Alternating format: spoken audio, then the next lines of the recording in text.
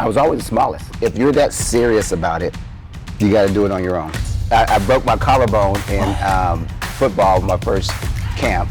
LeBron is a great athlete, but he don't got that dog. He don't got that, I'm going to rip your heart out. But you got to make it in here before you can make it out there. I'm never playing in the snow. I'm never playing. So cancel Michigan. Okay, if I was a little taller, I probably would have played basketball. And then when did you fall in love with the game? Or did you fall in love with the game? Today on our podcast, we have the amazing Charlie Jones. He was a former wide receiver for the San Diego Chargers and a Fresno State standout, and also a local Lemoore legend who played at Lemoore High School. He was a Tiger. So he's going to share some insight and some raw information on how he went from a Central Valley small town all the way to the pros and found that edge that helped him beat out competition. And this is something that you guys are going to enjoy very much. He's going to go over some mindset, his habits, and decision-making that will help you find the edge you're looking for to take your game to that next level. So, Charlie, how are you? Appreciate the introduction. Wow. That's pretty cool. Let's start from the beginning. Okay. So you started playing football. How old were you? I was probably about 9. Okay. About 9 years old when I first started. How'd you get into it?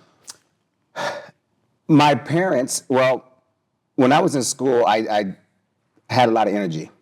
So I would always finish my schoolwork first, and then now I get up and then I'll go mess with this student or go play with the basketball when I'm supposed to be sitting down.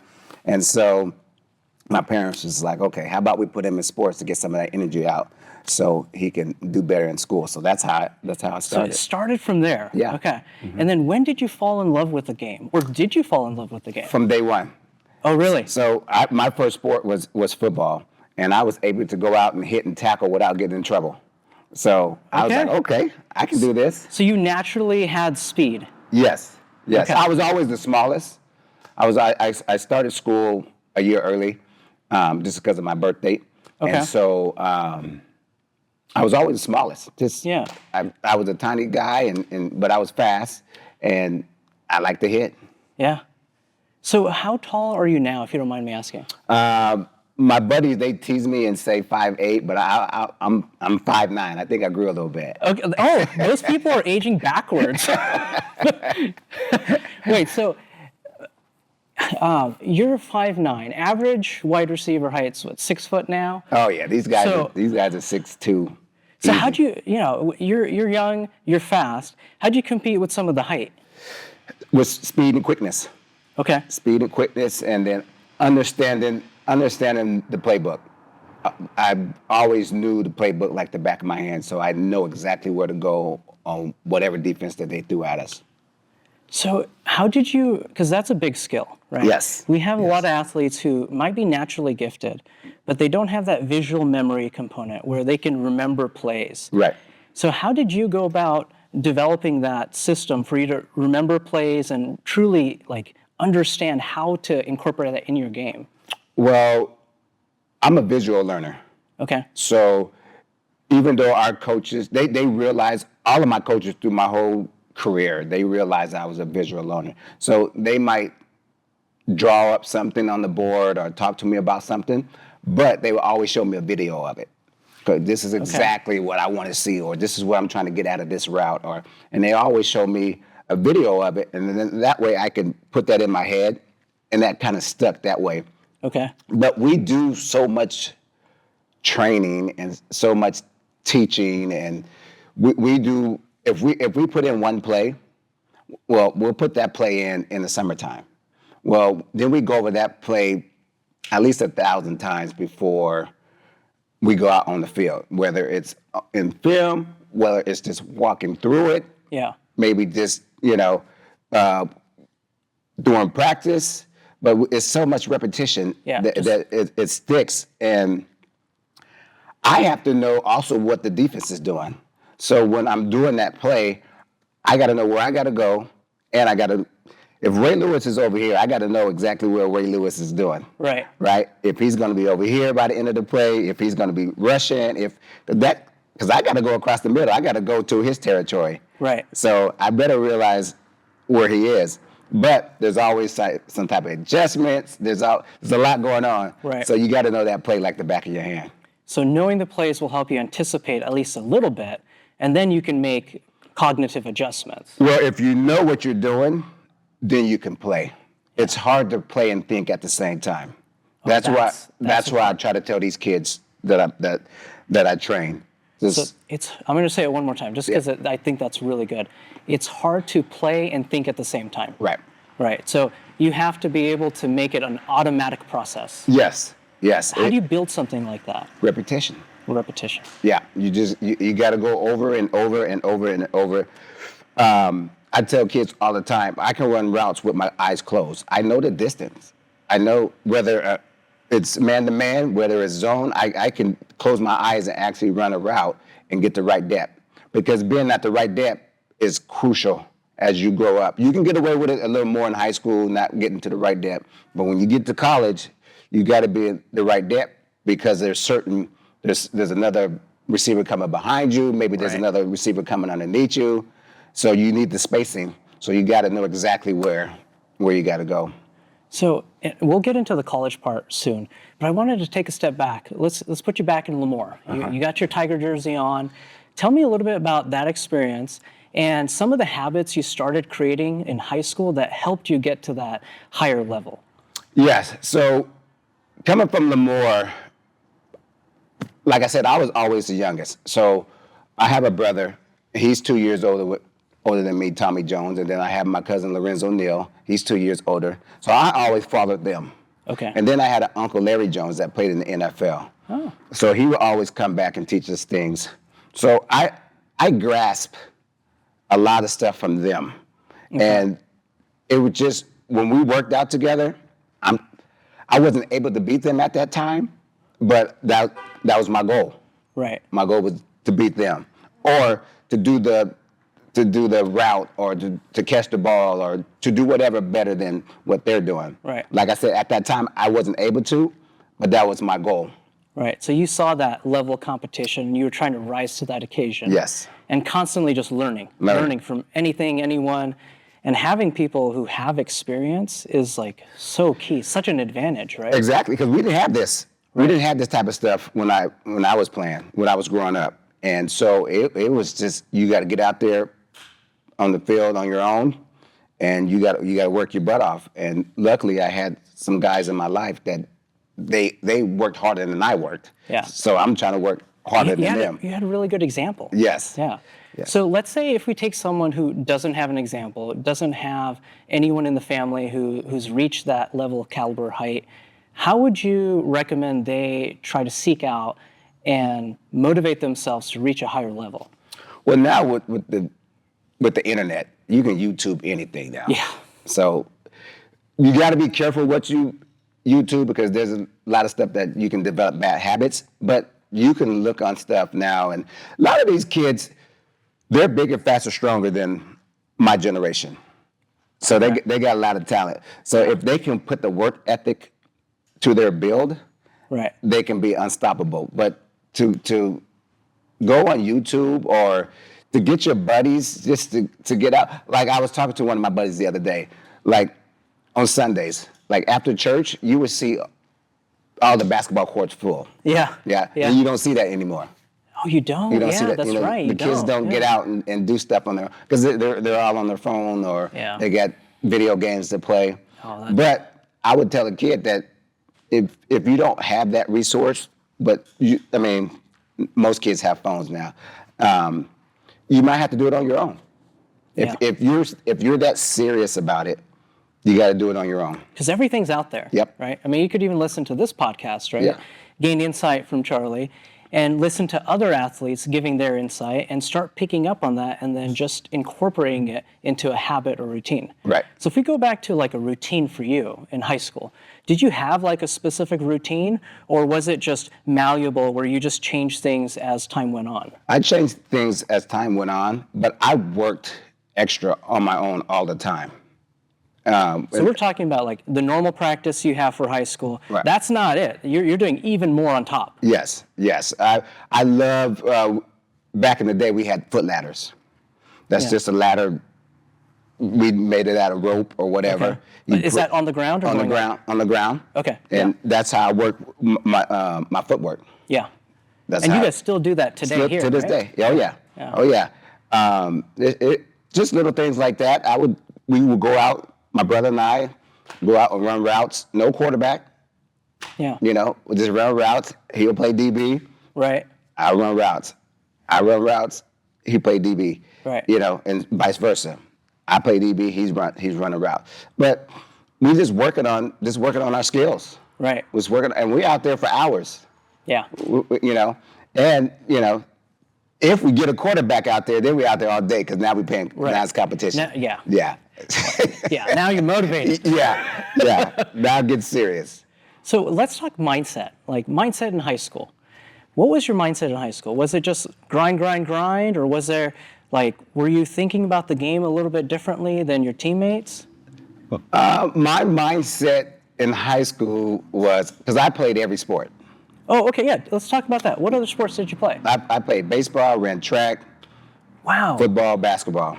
So now, would you train all those sports, or were you just mainly training football after the season? No, whatever sport I'm playing, that's what I'm training. Oh, okay. So did you know you wanted to go to higher level for just football? Or No. You were No. just enjoying your time. I think being if I was a athletic? little taller, I probably would have played basketball. Oh, okay. Yeah. That was your favorite? That was my favorite growing up. It was fun. We had a pretty good team in high school in basketball. Actually, I played 1 year at Fresno State. Oh, you did? Yes. For basketball? Yes. So you did dual that year? Yes, I broke my collarbone in football my first camp, Oh, man. so I had to sit out. And so the basketball team ended up having some guys get hurt, and so they came to me and was like, "Hey, would you like to come practice with us so Yeah. we don't have to wear down our starters?" And so I was like, "Sure, I need to get back in shape anyway. I didn't play football." And so practiced with them. Then they was like, "Hey, do you want to suit up?" That's awesome. Yeah, me and my buddy Gene Smith from Lemoore also. He played football at Fresno State. We both played basketball for 1 year, and That's amazing. yeah, it was awesome. Yeah. Great experience. Yeah. So I wish I was like 6'2". Yeah. If I was 6'2", that'd have been, I might have been playing basketball. But that's the thing, right? You had so many adversities. Well, that's the good thing. Like I tell parents today, that's the good thing about having your kid play every sport. You never know what they're going to exceed in. You might think they're really good in this one sport, but let them see what happens in this sport. And when you play different sports, you build different muscles. Yeah. You become a complete athlete. Yeah. And then when you get to college, then you can narrow it down and, that type of stuff. But if you can play as many sports as you can when you're young, it's better for that kid. Yeah, it's funny. I was just talking to a parent. They were asking, what's the easiest way for my 9-year-old to get better at this sport? And I told them, just play many different sports. Yes. Because each of those sports will create different skills, neurovision, cognitive, and physical skills. Yes. And Yes. they'll transfer over to football, no matter what position you play. Right. Right. Yeah, that's very key. So if you have a kid who plays a single sport and is specializing, don't be afraid to put them in multiple sports. It'll only help. Of course, we want to avoid injuries. Yeah, but even if they're not that good at that sport, still let them play it so they can develop different muscles, different. I mean, there's a reason they're not good at that sport. Right, So right. they may Then need you're to- going to work on. Yeah, Yeah. you're going to work on those skills. Yeah, that's. So you played 5 different sports. Yes. You're saying. Yeah. Wow. Okay. Yeah. So now going into last year of high school, did you know now you're going to try to get some scholarships for football, or were you still up in the air? I started getting offers my junior year Okay. of high school, and For football and basketball? for football and basketball. Yeah. Okay. How'd you And decide? I decided I really wanted to go to Michigan. Okay. I was going to go to Michigan, and I took one of my trips to Illinois, and it was snowing. And I was like, I'm never playing in the snow. I'm never playing. So cancel Michigan. Okay. So, and I had, my brother was at COS Okay. in Visalia. Yeah. And he was going to go to Arizona, University of Arizona. And then I had my cousin Lorenzo Neal. He was already at Fresno State. And then my brother and I, he was coming out of JC. I'm coming out of high school, and we was like, let's just go to Fresno State. He said, let's go. So our parents don't have to travel to watch us play. Lorenzo's already there. Yeah. Why not? So, family. Yep. Yeah. So I ended up coming to Fresno State. So that was more of a family decision. Yeah. So you had offers from Michigan. What other offers did you have? I had a lot. You're being humble, aren't you? Yeah, I had quite a few offers coming out. But it's just, at that time, I was trying to think of what offense best fits for me. Right. Because if I'm going to go play, I don't want to go play when their offense, they run the ball a lot. I don't want to block. I want to catch the ball. Right. So then I started narrowing it down to, okay, who got offenses like the pros? Right. And I grew up watching Henry Ellard and Stephon Page and Stephen Baker and Larry Willis and all those guys. And I knew they threw the ball here. Yeah. So I'm like, shoot, it's a no-brainer. Yeah. And you grew up here. And I grew up here. That helps. Yeah. And now I'm getting, people that see me play at Lemoore High, even though I played against all these other schools. Now they all come to Fresno State, and fill up the stadium. Yeah. And that's how it should be. Yeah. Right? I mean, you're leaving a legacy, and other people follow that example. Yeah. So now let's go into NFL. You got in. You got drafted by the Chargers first, right? Yes. And most of your career was with the Chargers? Yes, 4 years. Yeah, 4 years with the Chargers and 1 year with the Saints. With the Saints, okay. Yeah. So the 4 years with the Chargers, when you first got in that first year, was there anything that you felt you weren't prepared for, or did you feel like mentally, physically, you were prepared for this next step in your career? I was pretty prepared. I went to Florida. My agent got a group of us that he represented, and it was called the Voluntary Camp back then when we went, but now it's IMG Academy in Florida. And that's where we went and worked out before camp. So it's just a facility. You stay on that facility. You working out 3 times a day.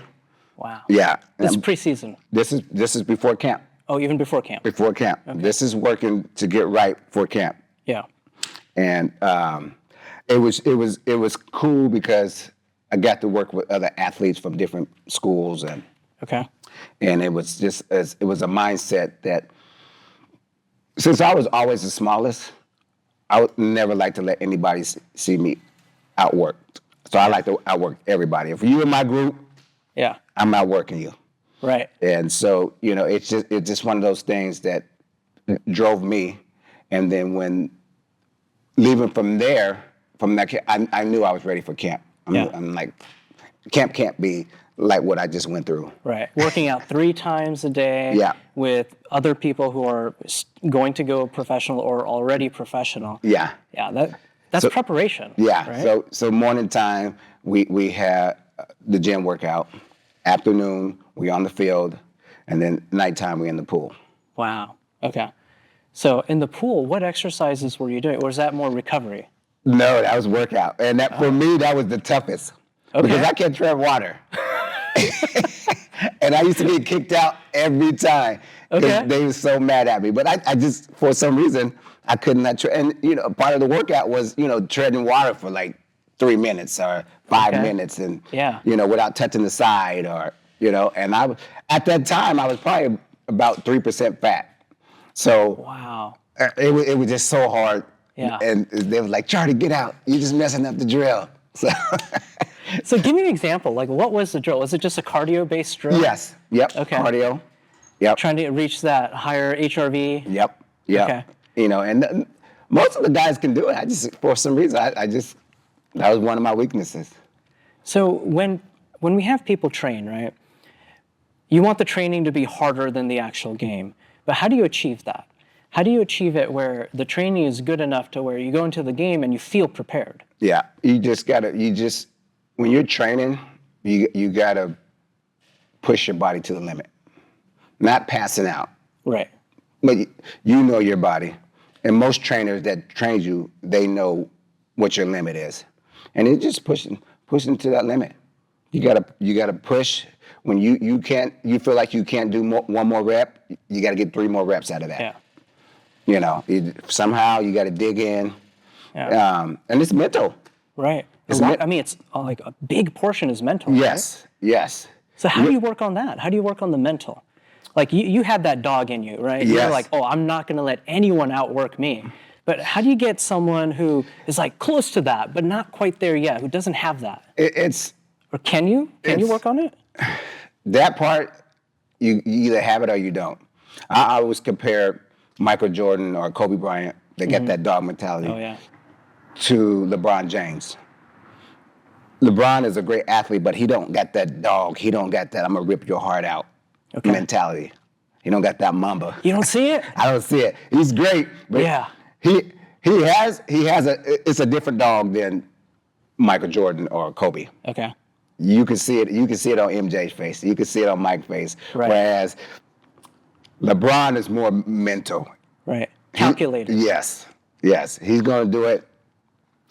He'll come down to that last play, and if the guy in the corner is open, which is the right play to make, he's going to kick it out to that guy. Right. Whereas Mike and Kobe, like, nah, he open, but I'm about to finish this. Right. Yeah, I want it. I want it. Yeah, I'm going to make it happen. Yeah. Regardless. And there's nothing you can do about it. Yeah. Well, what's better? They're both good. They're both great. I mean, there is some benefits of being calculated and strategic. I mean, LeBron spends a lot of time on longevity. Yes. Right? He's been in the league for, I don't know, forever. Yes. And so he's working on all these, and it's very neat to study what he's doing because a lot of it is stuff most athletes haven't even heard of yet. Right. Like when he was doing the red light, the cryo, all that stuff. When you have the funds, doing that. when you have the financial ability to do that, it makes it a little easier for that stuff to happen. Not everybody can afford to spend that much money on their body like he does. Yeah, millions, like $5 million a year or something. Yeah, it's nuts. Yeah. So, he was calculated. We saw the dog with MJ Kobe. So you're saying probably something you have to have already. You can't really develop it. You can't teach that. Can't teach that. That's come from your inner soul. So if you want to get better with the mental side, what can you teach? What do you feel like you could teach, like say with your athletes here that you train? I could teach, what I do teach these kids is they can push their bodies a little further than what they think they can. Okay. Just one step at a time, pushing it further and further. Yeah, it's a process. And it's just going back when they do something like that, reinforcing it, like, look, you just did it. You don't realize you did it, but you just did it. Right. You just told me you couldn't run 2 more reps on the treadmill. We just did 5. Yeah. You didn't realize it because you wasn't thinking about it. You wasn't pouting. You wasn't feeling sorry for yourself. Right. You just jumped in and you did it. Right. And that's how it got to be in the fourth quarter. The fourth quarter, you can't worry about, everybody's tired in the fourth quarter. Right. But can you make a play? Can you make that last play? And then but you got to make it in here before you can make it out there. You have to show yourself you can do it. Right. That way your brain knows, oh, I got this. It's already done. It's already done. It's already done. Before you even walked in, it's already done. It's already done. You already know you can do it. You already know what your capabilities are. You already know what it takes to do it. Yeah. So when you get into that situation, your body's not shocked. Your body's like, oh, we've been there, done that. Right. Let's go do it. Right. Yeah, because a lot of people will, at least recently, do like visualization, but if they haven't actually done the work to get that done, then that would be almost useless, right? Well, I used to visualize in practice touchdowns for the games. During practice? During practice. So you would be, like prior to the route that you're running, you would imagine what would happen, and then... So before the play, or even when we first put in the new play, I'm in the classroom. Okay, we're drawing up this new play. This is what's going to be done. This is where I am. This is what I'm doing. I'm already visualizing me scoring on this play. Okay. Let's do a scenario. Let's say a play is up there, come up with a play, and show me your visualization technique that others can use that can help them. So for me, like I said, I'm always visual. Yeah. So whether it's drawing it on the board or watching film. So if I'm watching film and they show this play and it goes for a touchdown, I visualize me as that guy making that touchdown. Okay. How deep do you visualize? Are you visualizing you like you're on the ground, you're getting ready to run, like? I visualize me playing on that TV. Oh, okay. The other guy. So your eyes are open. Yep. You're looking at the TV, and now that person, that receiver, is you. That's me. Okay. That's Your me. number's on the back. You see him running. That's me. Okay. Walk me through that. So, whatever the guy release is on that play, I'm visualizing me how I'm going to release on that play. So it might be a little different than that guy's release. Right. But With your technique. With my technique. So I'm going to visualize me, okay, now after he catching the ball, now I visualize me scoring. Okay. So now, when my coach go back to the chalkboard, now I can see myself already scoring on this play. Okay, how I'm going to, because then now we're going to show that he's going to draw up that play with 3 different defenses. He's going to draw it against man-to-man. He's going to drive against cover 4. He's going to draw against cover 3, cover 2. Right. So now there might be some adjustments, but each adjustment, I'm visualizing how I'm doing it and then how I'm scoring. Okay. Okay. Yeah. So this is just all, I'm just making all this stuff in my mind. Right. Now we go to walkthrough before practice. Okay, now I'm taking it from the chalkboard or the film. Now I'm walking through it. Right. So now I can close my eyes because now we're just walking. So now I can close my eyes and see, okay, this is what I'm going to do. This is how it got to be. All right, this is how I'm scoring. Yeah. Right? Now we go to practice. Now we practice in that practice, that play get called. Now I gotta score, or now I gotta catch the ball, or whatever I do. When I practice, no matter if I caught a 10-yard route, a 5-yard route, 20-yard route, I score. Right. I'm gonna finish that play. Right. You gotta get in the habit of finishing that play. Finish. So now that play, I catch the ball, boom, I score. Yeah. So do you imagine the defenders in the way too? Yeah. All of it. Depends on So how you're going to juke them. Or how I got to catch the ball and turn upfield. I can't keep going across, or if this comes down, I got to keep going across, come out the backside. Those all these different scenarios. So now when the game comes, I don't run this play in my head 1,000 times. Yeah. So now it's instinct now. Yeah, it's already wired. It's already wired. Yeah. That's already amazing. wired. So you mentioned earlier about route running and how you can run the route with your eyes closed. Is that why? Because it's already been in your brain? Because I don't run these routes so many times. Yeah. The repetition. And the visualization. So I used to be at home with.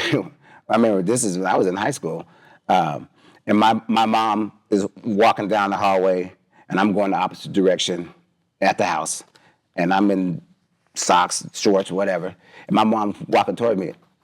I'm gonna give. It seems like, boy, what you doing? Mom, I gotta get by you. Mom, I'm practicing. Yeah. So it makes it a habit. Yeah. It makes it. It just comes natural. Right. Or I act like I caught the ball and spin off of her if I'm playing basketball. Or, Right. Just things. Boy, stop. I mean, that's where you could see the combination of the basketball and the football. Yeah. You just spin move. Yeah. I mean, you're doing a lot of these movements requiring balance. As receiver, it's all about your footwork. Yeah. In and out of your breaks. You can't take that false step because those DBs are so good. They'll come. Yeah. Not interception or so. Everything you do is everything's. And I play with a lot of rhythm in my head. Oh, okay. So my kids would tell you. Like music or beats? Yeah.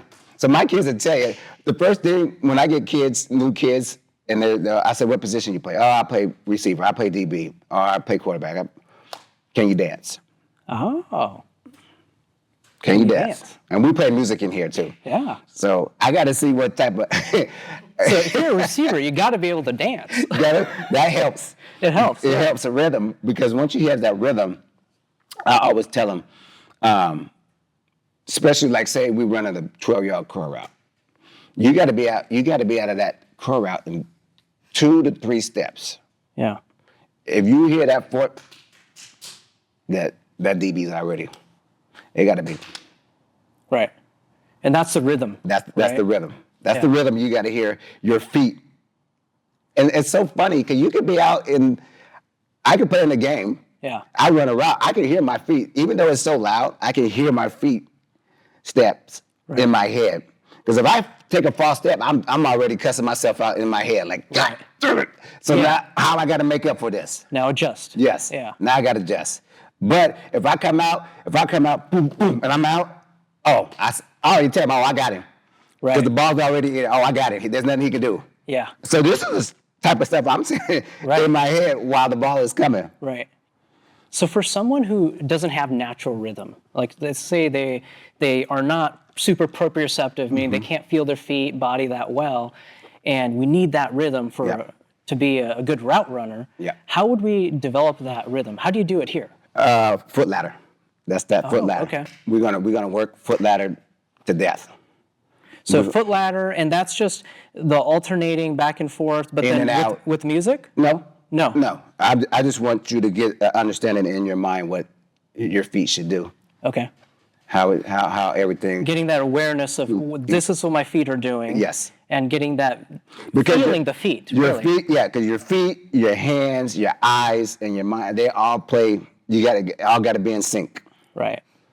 Right. Everything got to be in sync, because as you develop, now you want to run routes that you can't give DBs any kind of clue what you're doing. Yeah. Everything got to look the same. Would you mind doing one drill that would help enhance that rhythm that you do with some of your players and show us here? We can imagine a foot ladder, or if you have one, we can pull one out. Let's see this drill. All right, so this drill, this is just footwork. And then this is in and out drill. So it's 2 in, 2 out. Okay. So 2 in, 2 out. 2 in, 2 out. 2 in, 2 out. Oh, okay. And that's going to help build that rhythm, that momentum. It's going to get you a little rhythm, right? And then it's going to get you're going to start to understand your feet, what my feet needs to do. Yeah.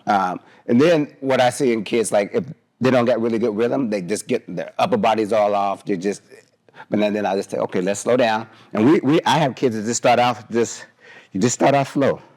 Right. Just walk through it. And then once their mind process it, Right. then we start getting a little faster. Right? Oh, you still got it. So now now you're going to hear the rhythm. Yeah. And Right? it's a lot on the toes. Yes.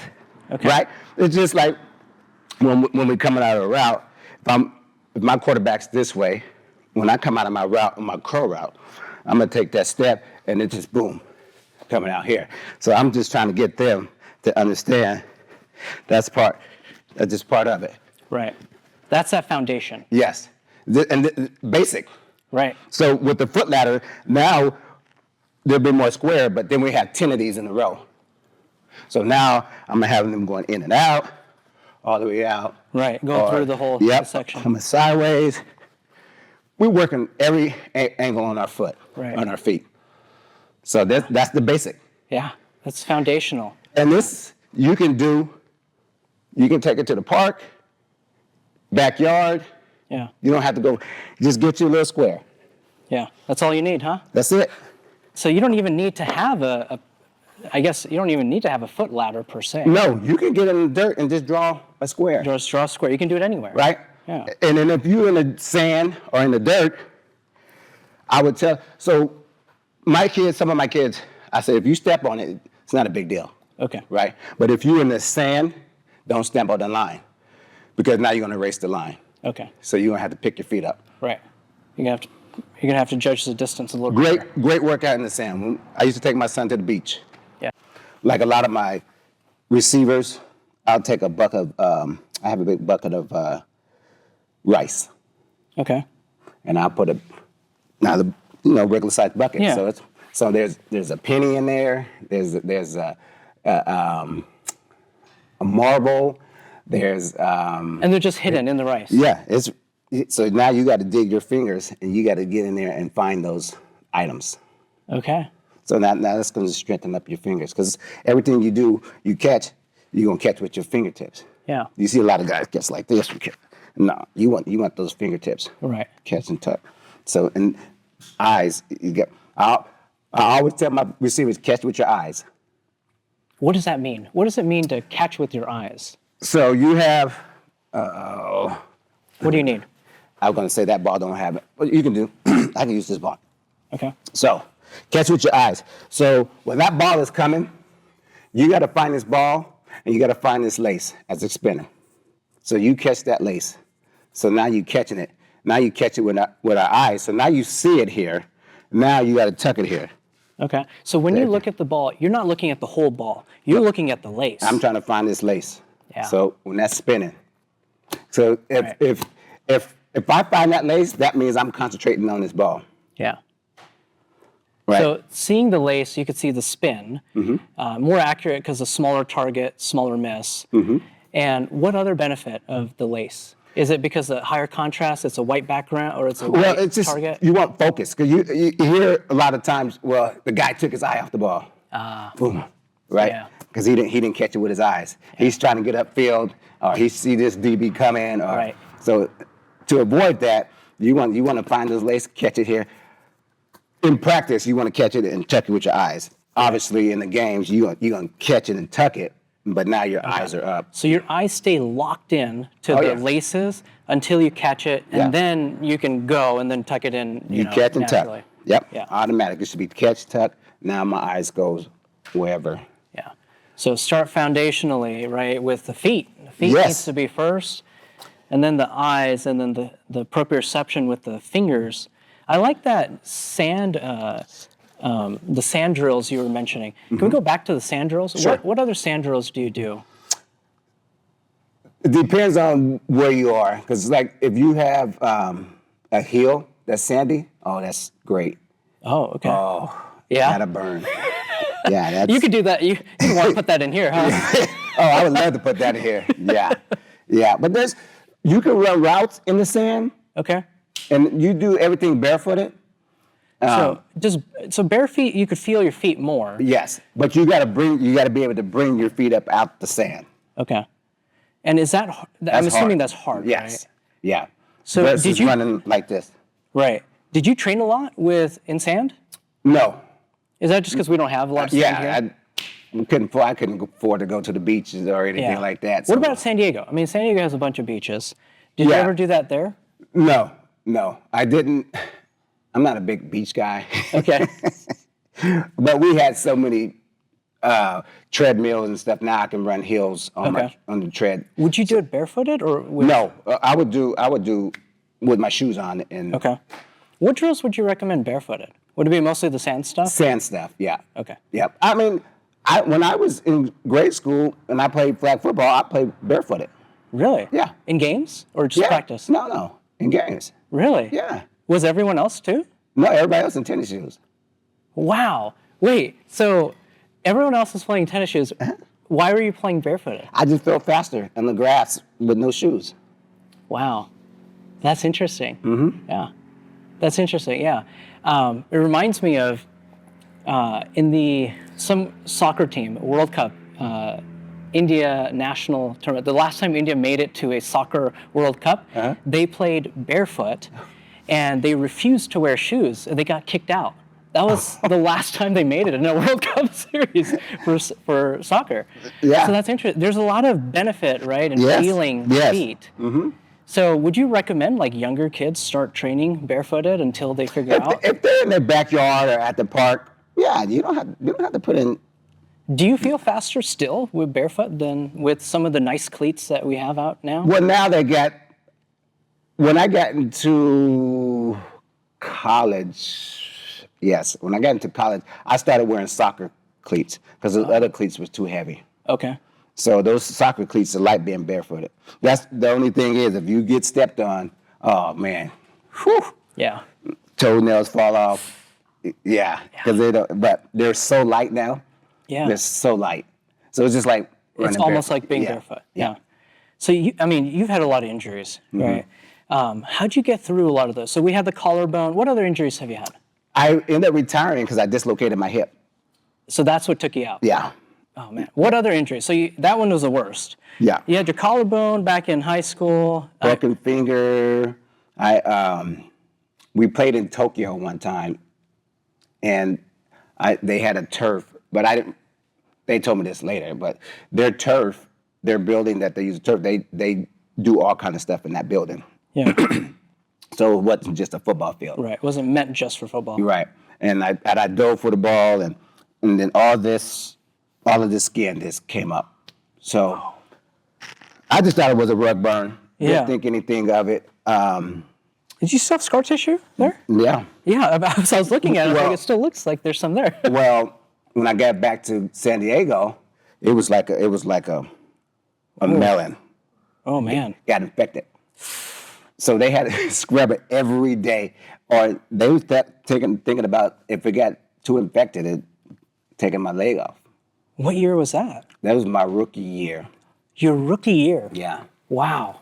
Yeah. Oh, my God. So obviously you got good help to get you to keep playing. Bands. We had to spread that thing. How was your mindset? How was your mental? It was just do what you got to do. Do what you got to do so you don't. I mean, you couldn't train. No, I was out for I want to say about 3 weeks, because they had to get that infection out of there, and it's just a process of getting all that dead. Because what happened was when I slid, a lot of that stuff that was in the carpet got into my skin. Yeah, bacteria, all that. Yep. Oh man. And we didn't realize it until it got back to San Diego, and it was huge. Because even though you probably weren't supposed to play hard, you could have not. You got the dog in you. Always. You go all the way. Always. Yeah. There's only one speed. Right. So the injuries that you had, how'd you persevere through them? Because a lot of times athletes get depressed, they get really hard on themselves, and they can't push through. It's like you said, it's the mindset. You just got to push through it, and you got to know injuries is part of it. You know, I don't have rotator cuff, ankle, elbow. You just. I mean, every part of your body is going to get banged up. Yeah. Playing football, you already know that. So. But we have great training staffs, and they can get you back on that field in no time. But you got to do what they say. Right. You got to do the PT. You got to do that extra work. You got to hit it. You got to hit it hard. You can't take it lightly. No. No. How's nutrition recovery when it comes to like trying to get past something like that? That was probably my hardest part, my nutrition, because it was hard for me to gain weight. I'm eating 5 meals a day. Yeah. I'm protein. But it was hard for me. Yeah. I started this season, when I came into camp, I was probably about 180 pounds. Wow. So that's heavy. Pretty small, right? Well, that's heavy for me. Oh, because of your height. Yeah. Yeah. But by the end of the season, I was probably like 168. Okay. But you were 180 and 3% body fat? Yeah. Man. Yeah. Yeah. So you had to lose some muscle to get down. Well, or even cut even more. But I just ran so much. Yeah, so much cardio. Yeah, so much cardio. But I'm eating, but I'm just not eating enough. Yeah. That's the hard part. Yeah. Yeah. And did you have like a nutritionist, or did you have? And I'm eating. I'm eating as much as I can. So, and that was when you were at the Chargers, right? Yeah. Did you have a nutritionist at Fresno State too? Well, we have our own setup. In college? Yeah. Okay. Now it's crazy now. Yeah. But when I was there, we had like our own training table. Okay. Where we went to eat, because they want us to eat certain things. Right, and they'll kind of tell you, this is what you should eat, this is what you should not eat. Well, you don't have a choice. They got it. Oh, okay. Here's your options. What about high school? Like high school, how did you manage the nutrition? Was it just mom? Yeah, McDonald's and. But nowadays, you see a lot of athletes eating healthy at a high school age. Yeah. I wish I could have started that young, but no, I didn't. I ate. I mean, we were around the 40. I'll eat a pizza before. Good metabolism. Yeah. Like I said, but I was always small. It didn't affect me eating bad. Besides nutrition, was there anything that you think that you would have changed in high school to help you out in your NFL career? I wish I could have got in the gym more. I never lift weights. I didn't start lifting weights until I got to college. Oh, really? Yeah. So what age do you normally recommend your athletes to start lifting? I'll probably say junior high is probably a good time to start. Nothing heavy. Right, getting the foundations? Yep. Just stay light, do lots of reps. Lots of reps. Yep. Okay. Nothing. But like I said, these kids now, some of these kids come to this door, and I'm like, oh, he must go to one of these high school, and oh no, he is sixth grade. I'm like, this dude is huge. I'm like, mustache. Yeah. I'm like, but sixth grade. Hormones. Yeah. So these kids. So, but still, I tell them, junior high, you can start lifting. But some of these coaches, some of these schools around here, they start them out pretty young. But as long as they stay light. Right. We don't want injury, but we want that foundation set, right? Yeah. The more you can be aware and tune of your body. And it depends on how your body's built. Yeah. If you was built like me, skinny and like weight's not gonna do anything for you right now anyway. Yeah. Wait till you fill out a little bit. Yeah. And then start hitting. You just gotta eat. Yeah. You gotta eat. Not McDonald's though. I know. Well, ectomorph. I mean, that's body types, right? Ectomorph is the type that me and you are. Right. Like my cousin Lorenzo, he was a fullback at Shoot. In Pee Wee, he was a lineman. Then he ended up being a running back. But he was always big, and he would lift at the gym all the time in high school. And I was like, I'll do a couple curls, and I'm out. It looked good on the shirt, right? That's it. But he started young lifting, but he was always built that way. Yeah. So one last question, I just want you to address the audience on. We talked a lot about route running, and I think that's going to be a really key takeaway. There's a lot of people looking to become a better route runner. So you had a lot of insight on. You said visualization. You had the being able to feel your feet, building up that foundational foot speed and rhythm, the coordination, and then repetition. Anything else you would add to help someone become a better route runner? The main thing is repetition. Repetition. That is. Can't skip the repetition. Can't. There's no way. Because you got to be able to, like I said, when you plan, you want to play. You don't want to think. Right. And the only way you can get to that level is you have to know those routes like the back of your hands. Right. And repetition. And it's just, there's many a times that I've been out there by myself. No quarterback, no DB, just I'm out there running routes. Yeah. So you don't need a quarterback. No. You don't need a teammate. You can do this by yourself. By yourself. Pretty much anywhere. Anywhere. Yeah. You backyard, front yard, park. So no excuses. No right? excuses. Just repetitions. Repetition. The more the better. The more correct, the better. Yes. So as you go up in competition from high school to college to the pros, it gets a little tougher running routes. Running routes, you don't have to be as precise in high school, even though it's good to work on it. But if you run a dig route, it's okay if you bend it a little bit. Right. In high school. Right, because the competition's not there yet. Right. But in high school, you don't want to bend it upfield because now you got this safety coming down. Right. That's not a good collision. No. You want to get hit going downhill versus going uphill. Right. And then in the pros, those little things. Now, if you go uphill, now this DB is going to undercut you, but start out just learning the basics of routes. Yeah. Just go out there, 12-yard curl, 10-yard out. Yeah. Practice the ones that are already drawn up for you. Yes. Do what your coach. I get kids in here all the time, like, well, my coach is telling me this. I never want to tell a kid not to do what their coach. You have to do what your coach say, but add this to your repetition. Right. Yeah. Add this. Maybe this change a little bit might help you, but do not go against your coach. Yeah. So the coach is telling you something for a reason. Right. There's a his reason system. for it. Yeah. His system is called for you to do whatever he's telling you to do. Exactly. But the basic to that route is this. Yeah. But yeah, always just work on it. Mindset. My mindset. I tell every kid, don't let anybody outwork you.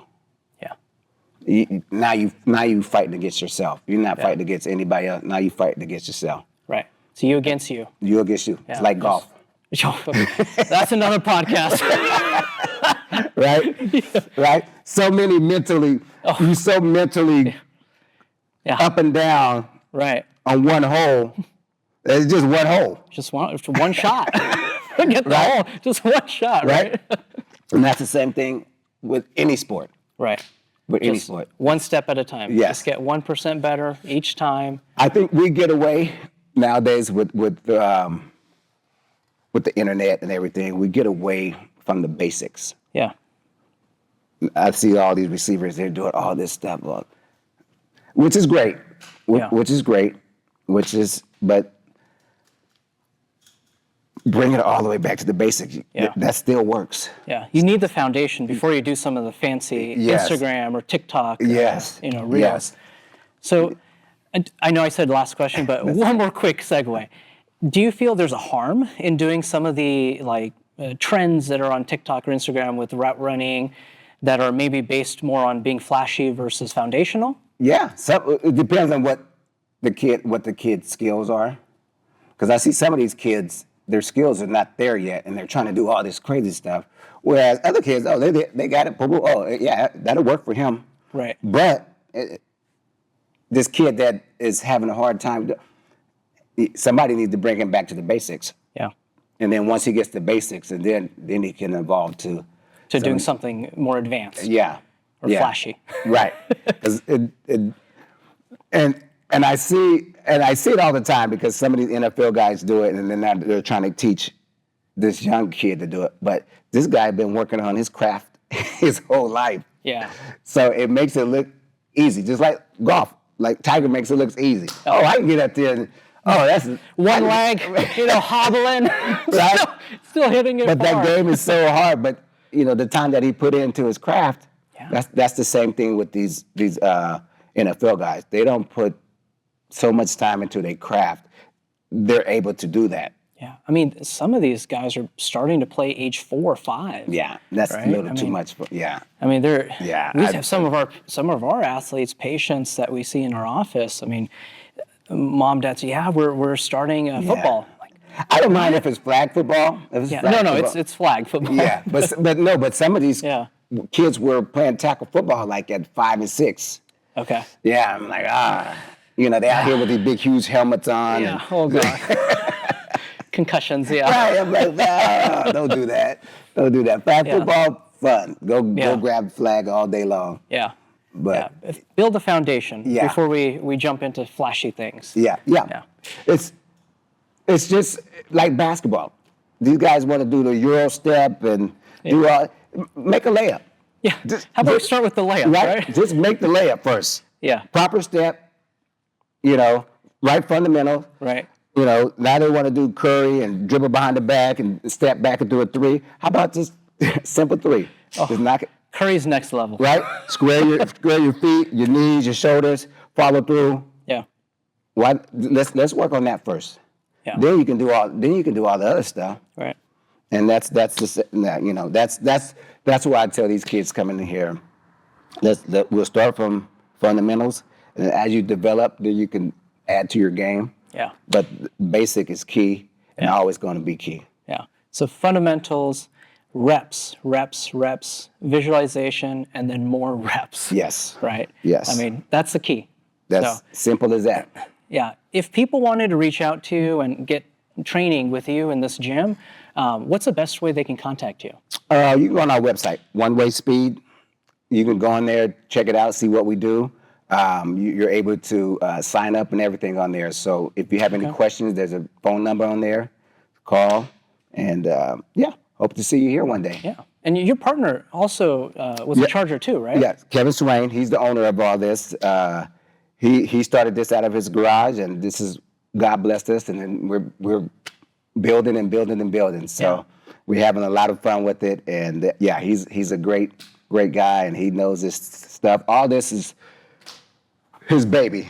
And so it's a lot of data. We do a lot of data with kids. That way, when they first come in, you could see where you are. And then by month 1, we'll go back and see where you are, and we just keep building. Yeah. So I saw that. Is that for speed training? Like, see how fast they're going? Right here, is that a tracker, monitor right here? Oh, yes, right here. So these are like for the 40. So we'll time you for like the 20s and all that type of stuff. But yeah, everything is digital. Yeah, it's all data driven now, yeah, right? Yep. Got to make sure objectively we are getting better. Right, and you got to see it, right? Yeah. Well, that's what parents want to see. Yeah. Parents want to see, okay, by doing what you're training my kids, are they getting better? Yeah. And we got solid proof that they are. Yeah, that's wonderful.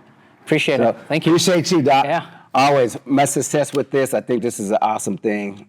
Eye-hand coordination is huge. Yeah, it's so big. And people think the only way you can work on it is if you actually just play. But there are many people who will never get good eye-hand coordination. They'll cap out because their visual skills are poor. Yeah. No matter how much they play, and that's they'll never get better. Right, and that's something you need to know. Yeah, and right. that's if you data. Right. Data. Yeah. You gotta measure it. Right. And then you can work on sharpening, and then you can get better from there. Yeah. Well, appreciate it. Appreciate it. Yeah, thank you. Always.